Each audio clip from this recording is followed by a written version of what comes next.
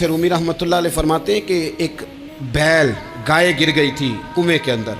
तो अब वो लोग उसको निकाल तो नहीं सकते थे, तो उन्होंने इस तरह किया कि मिट्टी डालनी शुरू कर दी कि अब बदबू आएगी, परेशानी होगी, तो इसको बंद कर देते हैं, अंदर ही कुएं को, कुआं नई जगह पे खोद लेते हैं।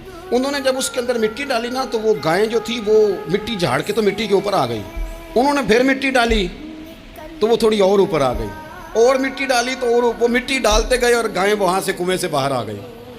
लोगों ने दफन करना चाहा, वो बाहर निकल आई।